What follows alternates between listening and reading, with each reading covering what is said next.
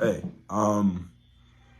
okay, so just before I actually get into what I want to talk about, I just want to share some cool stuff. I think one cool trick I learned today with ASA marketing for the senior farewell event is that instead of like putting up posters everywhere in the school like we usually do, it's actually more effective. We'll have to actually see the data on the day of, but I think it's more effective to actually just go to the most popular areas and create this eye-attracting site with your posters. So what I did, right, was I first thing my first 25 posters were too small, so I cut them up into little squares and then made like an X near the cafeteria, right? I was like a spread out X so you can notice it. Then the next one I printed it again. I started doing X patterns everywhere. So I'll go to like near the library or near the exits, and I'll create like these big X patterns with the posters just to grab people's attention. And then people are like, "Oh, Dad, I'm seeing your posters everywhere." I'm like, "Not really," because I actually didn't put it in as many places as I usually do, and it was pretty like, in terms of places, it was pretty reserved. So yeah, I think that's a pretty cool strategy.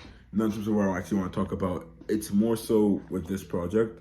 Two things. One, I'm struggling with the format a bit because I'm wondering if it's more effective to say, oh, give like a blurb of like everything I'm up to, or if it's more effective to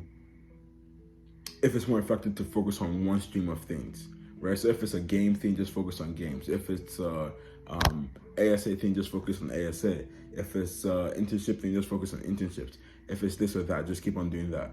And it's like, I can't tell because the thing about like when it comes to streams is that not many things happen in a day for a particular stream. So with game dev, there might be like a bug fix, but like not many stuff happen besides that. So I can't really just like make a whole update.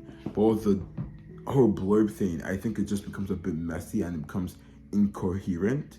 So I'm trying to figure out what I think I really have to do is just schedule it so I have a means to have topics that I'm prepared to talk about in time. So like I can build, okay, May 7th is gonna be devlog day. So I take notes in maybe Obsidian, which is a really cool app I'm using so far.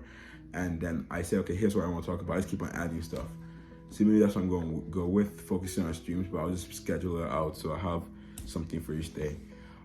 Second thing, ending this project. I think there's been like three major times when I wanted to end the project. The first was when I reached the 100-day thing. That didn't happen. The second was near the first. The second was sometime in between the 100th episode and New Year's, and then the third one was near New Year's. I remember I had like a whole panic thing. Not like a panic attack, but I was panicking trying to figure out how to deal with it. And that's where a lot of the content you'll see in the final episode actually comes from.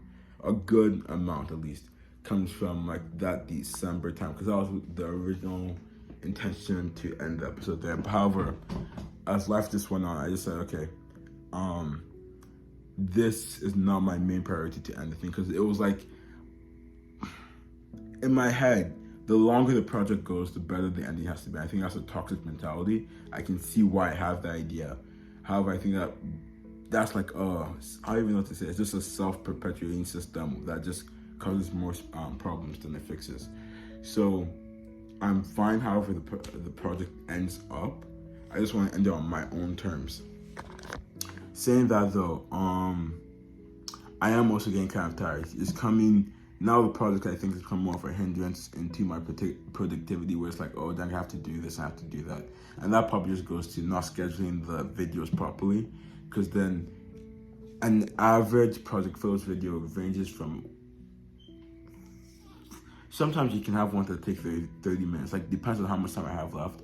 But when I actually edit it, it can take to 1 hour. I think a good majority goes into think of what I'm going to say, so I don't just blurb nonsense onto the screen. But yeah,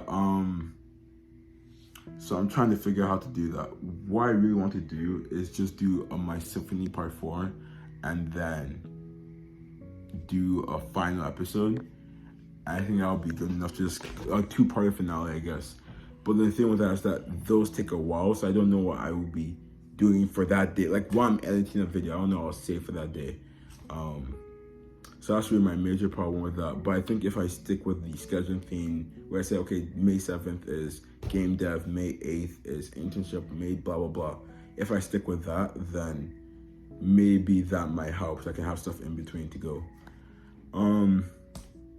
But yeah, so I want to take a step back. I just finished my exam. So I finished my IB math exams. It was really nice. I liked how I studied for a thing. It was with the IB exams. Basically, when you come to school, you can just you don't have to come to school after your exam, right, or before your exam.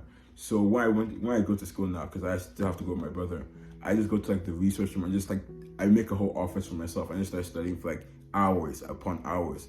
And it's the best feeling ever because you just feel just dedicated to one thing. And I love that feeling. So I want to replicate more of the stuff I do, which just seems paradoxical because the whole idea was that it was dedication towards one thing, but I want to dedicate.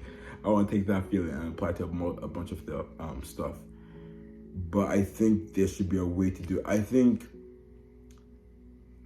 know if I can explain the concepts of sprints properly, but I think if I use sprints, then maybe that'll work better. Instead of working on multiple stuff at the same time, maybe working on doing sprints. Like maybe this week is for game dev, this week is for this, that's the primary focus. Maybe that'll work best. But yeah, so that's how it's going. Last couple of notes. So I'm watching some IB. I think with the IB program, my advice is that it's not that hard. But let me take that back.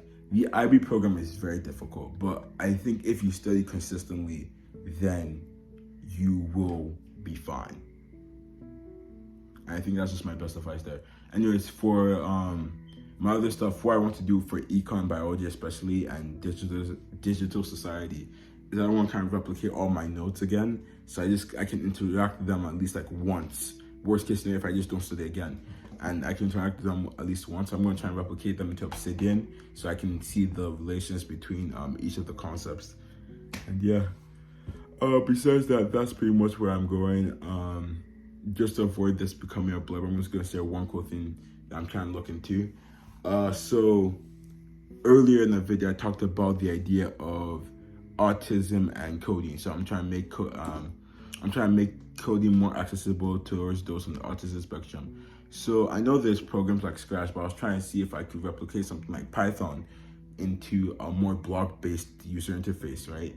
And then there is something, I forgot the name, it was like Blocky, something like that. I was exploring it and it looked it was like, it was very cool to find out. But I want to kind of improve. I want to build my own so I can experience Python more and kind of learn. Like I think once you make a game or once you build something out of something, you understand the foundation much more. So when I did the calculated videos, now I understand how to do, like, it seems kind of like second knowledge, or like in the back of, it just seems, it's very easy to recall, I think, when you have to like code something into a project of yours. But yeah, okay. Have a great day.